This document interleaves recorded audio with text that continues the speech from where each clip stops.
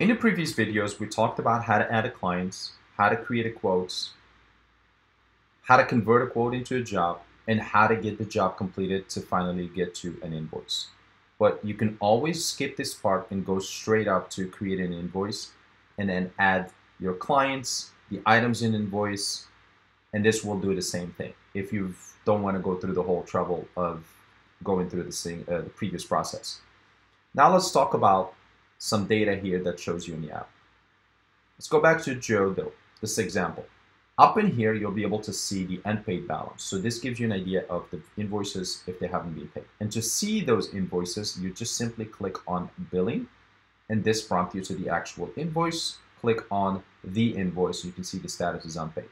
Now, if this voice was created by mistake, you can go ahead and delete it. Otherwise, you can go ahead and collect payments. Paid in cash.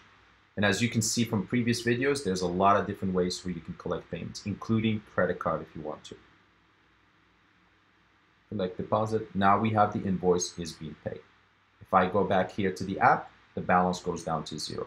Perfect. And then you always have this drop down and drop up so you can see your earnings.